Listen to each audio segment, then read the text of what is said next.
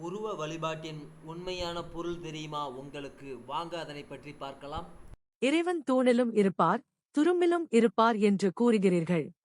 பிறகு ஏன் இந்த உருவ வழிபாடு என்று சில விடுதலைப் பிள்ளைகள் கேட்பதைக் காணலாம்.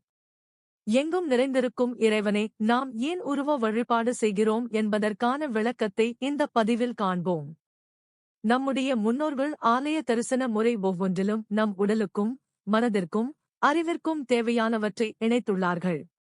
அந்த வகையில் உருவ வழிபாடு என்பது நம்முடைய வலது மூளையை இயக்க தேவையானதாக இருப்பதாக அறிவியல் கூறுகிறது. வலது மூளை மற்றும் இடது மூளையின் செயல்பாடுகள் நாம் பெரும்பாலும் எல்லாவற்றிற்கும் இடது மூளையைத்தான் பயன்படுத்துகிறோம். வலது மூளையில் நம்முடைய வாழ்க்கை மேம்பாட்டுக்கும் ஞானத்திற்கும் தேவையான ஆற்றல்கள் உள்ளன. இந்த வலது பக்க மூளை மனம் சொல்வதை ஏற்றுக்கொள்ளலாம். ஆனால் சொல்லும் வார்த்தைகள் அதற்கு புரியாது. ஆனால் சின்னங்களை உருவங்களை பார்க்கும்போது அதற்கேற்ப அது வேலை செய்யும் என்கிறார்கள் ஆய்வாளர்கள். இடது பக்க மூளை எதையும் கேட்பதன் மூலமாக கற்றுக்கொள்கிறது. வலது பக்க மூளை எதையும் பார்ப்பதன் மூலமே கற்றுக்கொள்கிறது. எனவே வலது பக்க மூளையை செயல்படுத்த சித்திரங்கள், உருவங்கள் போன்றவற்றை பார்க்க வேண்டும்.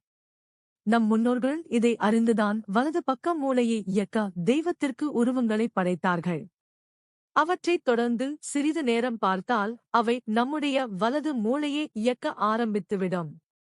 அதனால் நம் உள்ளுணர்வு என்ற இன்ட்யூஷன் பவரை நாம் அடைய முடியும்.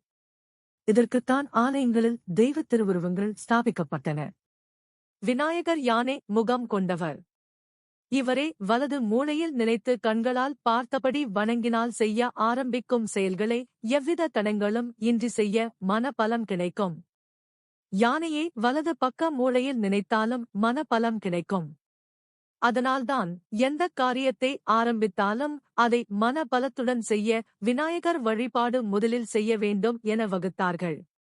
அதேபோல் நோய்கள் தீர ரோமானியர்கள் பாம்பு சின்னத்தை பயன்படுத்தியுள்ளார்கள். உடல் நலம் மற்றும் மனநலம் தேவைப்படுபவர்கள் இதை பயன்படுத்தியதை அறிய முடிகிறது. மெசபடோமியா நகரவாசிகள் நோய்கள் குணமடைய இரட்டை பாம்பு சின்னத்தை பயன்படுத்தியுள்ளார்கள். இதை அவர்கள் நோய் தீர்க்கும் கடவுள் என வழிபட்டிருக்கின்றனர் என்று சின்னங்களின் அகராதி என்ற நூலில் ஹென்றி ஜிம்மர் என்பவர் கூறியுள்ளார்.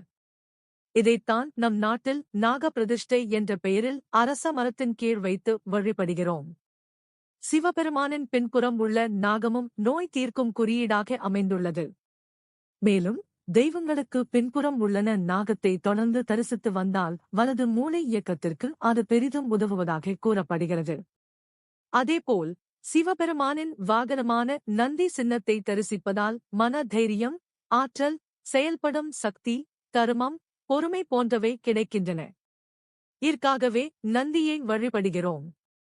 இதேபோன்று சக்தி பெற, கல்வி, ஞானம் மேம்பட, செல்வம் கிடைக்க, வீரம் கிடைக்க, மன தைரியம் கிடைக்க என்று ஒவ்வொன்றுக்கும் ஒரு தெய்வத்தை உருவாக்கி அதை உறுதியான ஒருமைப்படுத்தப்பட்ட மனதுடன் வணங்கினால் கேட்டது கிடைக்கும் என்ற நம்பிக்கையை ஏற்படுத்தினார்கள் நம் முன்னோர்கள். தற்காலத்தில் ஜங் என்பவர் இந்த சைக்கோ சிம்பாலஜியை ஆராய்ச்சி செய்து சின்னங்களின் தேவையை ஆராய்ந்து நூல்கள் எழுதியுள்ளார். நம் சித்தர்களும் ரிஷிகளும் முனிவர்களும் இதை ஆயிரக்கணக்கான ஆண்டுகளுக்கு முன்பே கண்டுபிடித்து நடைமுறைக்கு கொண்டு வந்துவிட்டார்கள். இஷ்ட தெய்வம், குலதெய்வம், காவல் தெய்வம், ஊர் தெய்வம் என்று கிராமப்புறங்களில் இவை எல்லாவற்றிற்கும் பூஜை செய்துவிட்டுதான் திருமணம் போன்ற சுப காரியங்களை ஆரம்பிப்பார்கள். ஆதலால் அவரவர்க்கு ஏற்ற சக்தி வடிவத்தை தெய்வ வடிவத்தை மனதில் நினைத்து உருவ வழிபாட்டை மேற்கொண்டு மனதை சாந்தப்படுத்த பக்தி வழியில் ஈடுபடுவது எப்பொழுதும் மூளையை சுறுசுறுப்பாக வைத்திருக்க உதவும் என்பதில் சந்தேகம் இல்லை. Thanks for watching this video. Please subscribe our channel. Thank you.